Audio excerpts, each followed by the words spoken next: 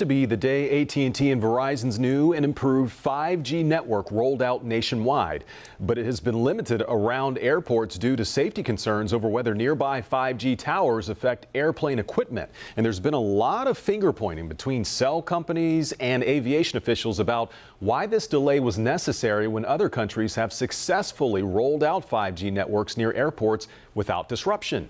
WCNC Charlotte's Lana Harris joins us with why America's rollout has been more complicated. Lana? Yes, so a lot of this has to do with how close the frequencies are.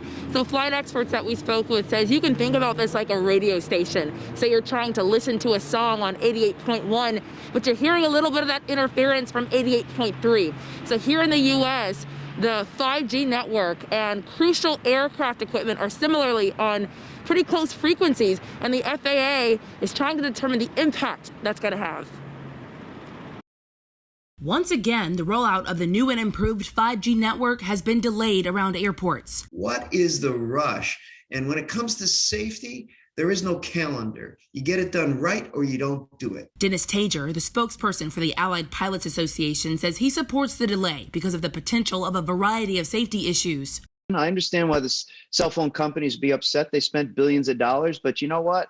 That's not my problem. You may be interested in downloading your video swiftly. I'm interested in downloading passengers safely to the airport. But both AT&T and Verizon pointed out 40 other countries have been operating the 5G network near airports without disruption. And what they're doing in other countries is wildly different than what they're proposing here. The FAA says the U.S. airspace is the most complex in the world, and 5G deployments in other countries involve different conditions. The signal is stronger here. The frequency is closer to the band that affects my airplane. The antennas are tilted down in other countries. They're tilted level in ours. So what this means is the safety margin is being compacted unnecessarily for commercial interest. Scott Keyes, the founder of Scott's Cheap Flights, notes the cell companies gave advance notice of the 5G rollout date. And so they would blame the airlines for not preparing and getting ready, whether that's equipment upgrades or whatnot, to make sure that planes would still be able to fly safely. The FAA says they're now working on measures to ensure 5G can coexist with flight operations.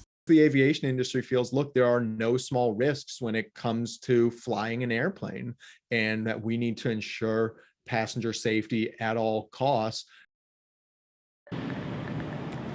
So Kai says that ultimately the cell companies do have the right legally to turn on those 5G towers at will, but then of course that could lead to multiple flight cancellations as a lot of planes would be deemed out of compliance. So what happens from here is really just up in the air right now. Lana Harris, WCNC Charlotte. Lana, thank you. Tonight, the Federal Aviation Administration has a new statement about the 5G networks around airports and its impact on flights. The FAA saying, in part, it issued new approvals allowing a majority of planes in the U.S. to perform, quote, low visibility landings at airports where wireless companies deployed 5G. The FAA goes on to say some flights might still be impacted.